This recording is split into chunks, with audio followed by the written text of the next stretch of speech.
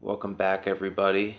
Today I wanted to do a little video on INFJ creativity, how that's important to us, how we express ourselves creatively, and specifically, my creative outlet that I use as an INFJ that I've used on and off since my early teens in the late 90s, long before, over a decade before I even knew what an INFJ was, and certainly before I knew that, I was among the ranks. Now, as intuitive introverts, we're really big on patterns and reading between the lines and seeing the deeper meaning of things. We're often accused of overthinking things all the time, and to some degree that's true. There are times where we dive too deep into, more simplistic topics, but there's a lot of other times where, us and ENFJs too will see the deeper hidden meaning in something that most people miss, that they'll just see, what's on the surface and not be able to dive deep into the true meaning behind something, be it, a poem or reading between the lines in a novel, a piece of art, something of historical significance, a conversation you have with somebody that where they're trying to get a point across to you, but they're not comfortable enough just to come out and say it. So that kind of stuff, that's, really obvious to us. And I've noticed, not just with myself, but with other INFJs whose channels I've visited and with articles I've read online, that poetry seems to be very important to us as INFJs, not just for those of us who attempt to write some from time to time, but just being able to read it and feel the emotions and understand what the author is getting at, the deeper underlying theme. Specifically, I found a lot of love poems resonate with us because, as INFJs, we look for unconditional love. We're not people that are able to have, casual or fling style relationships. So when we do fall for somebody, we fall deeply. And if that love's unrequited, it's not something, that we can quick just go find somebody else to show our affections to, because we don't fall easily. It took time for us to develop those feelings, and there's deep meaning behind it, because for an INFJ, if we're falling in love with somebody, then, we want to get to know them on that deep soulful level. And before we get feelings like that, we're obviously going to know a lot about the person and, their deeper thoughts and stuff like that. We're not just going to fall head over heels for somebody just because, we're attracted to them physically. That's just not the kind of people we are. So with, love poems dealing with unrequited love, or love poems about being madly in love with somebody who you can't, approach and tell your feelings about out of fear, those resonate with especially younger INFJs, like, high school, college age. A lot of us back then weren't very sure of ourselves. We were more introverted then than we become later in life, just due to that lack of confidence and the whole environment of high school, which is artificial and fake and very surface level and riddled with small talk, which we absolutely despise. Having small talk without deep meaning or substance as an INFJ is just absolutely painful for us. So that can be what draws us to poetry too. We're drawn to things with deep soulful meaning, something where, you have to be inside your head and figure out exactly what it means. We enjoy that, and it's an exercise of our introverted intuition, our dominant function. We just naturally do it on a subconscious level without even really trying. Now with poetry, that's even more important because, like I said, a lot of times it's meant to be done by yourself, writing poetry, and that's a hindrance to a lot of different personality types, but not for us, because we do our best thinking when we're alone. We're able to dive deep into our heads and really, kick in our introverted thinking as well, and come up with these complex ideas or theories about the meanings behind things, And usually we're right. We're really good at picking up on patterns. So that's why I think that poetry is so important to us as INFJs. And, I'm even going to share one of mine. So, poetry book. All right, so I'm going to read one of my poems, and please, no laughing. I'm big on rhyming couplets, but I'm also aware, that I am no Chaucer. So I wrote this poem a few weeks after I was wrongfully dismissed from my fire department, and this was during COVID, and I was spending a lot of time alone in my apartment in Virginia, so there really wasn't much to do. Couldn't go to the gym, that kind of thing. So this poem is called Overthinking.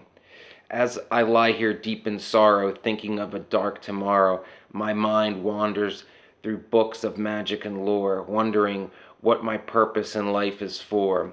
Pondering on my sadness, my mind on the precipice of madness. Though I know my cause is right, I am slowly losing the will to fight.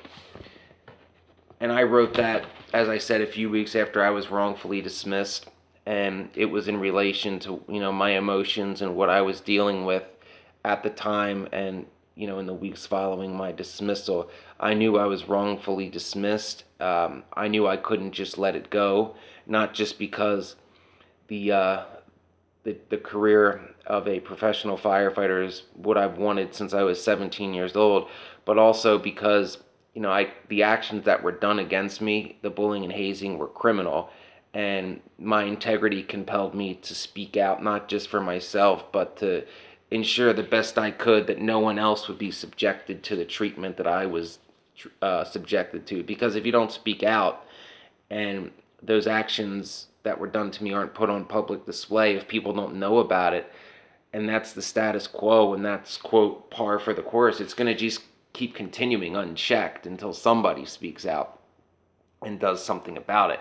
And that's what I was debating on how to go through that at that time. I mean, I had all the worries of how am I going to pay my bills, how am I going to find a decent paying job in the depression caused by the COVID lockdowns, what's my purpose in life for, because it seems like through most of my adult life, I've been a nomad from city to city, uh, tilting at windmills, trying to do the right thing to my own detriment.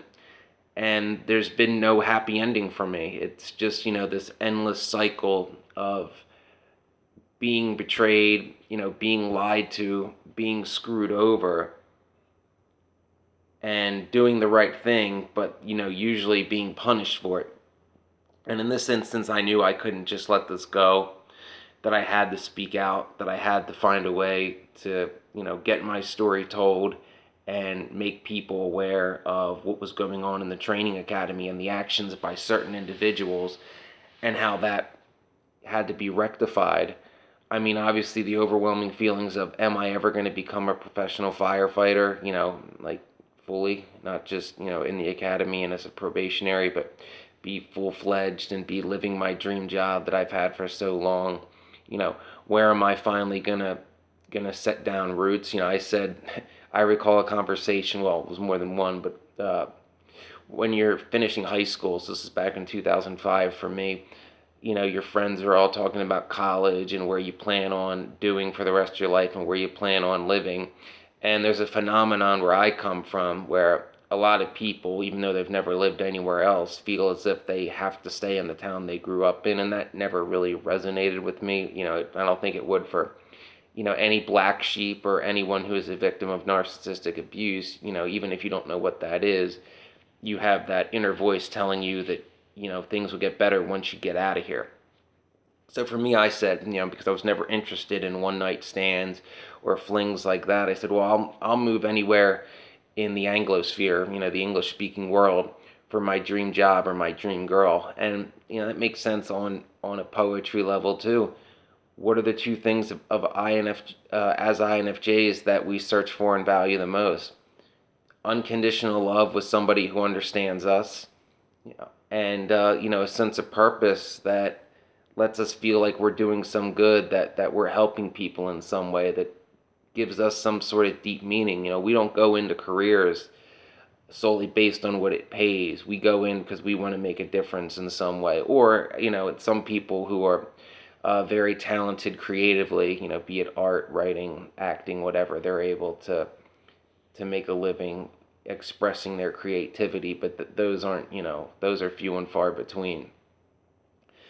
So that poem, was basically my thoughts that were racing through my head. I was getting stuck in and out of NITI loops at that time, and it was difficult to pull myself out because some of my usual outlets weren't available to me. Like I couldn't go meet up and have a few pints with my good friends because the bars weren't open. I couldn't go to the gym because they were closed. So, I chose to write some poems as I paced back and forth, trying to get my thoughts straight and to form a game plan of what I was going to do to get my story out and to try to help change the good old boys system in the fire department and basically shed light on what was going on so the citizens of Arlington and everywhere else could know what really goes on behind the progressive PR mask that the fire department was putting on.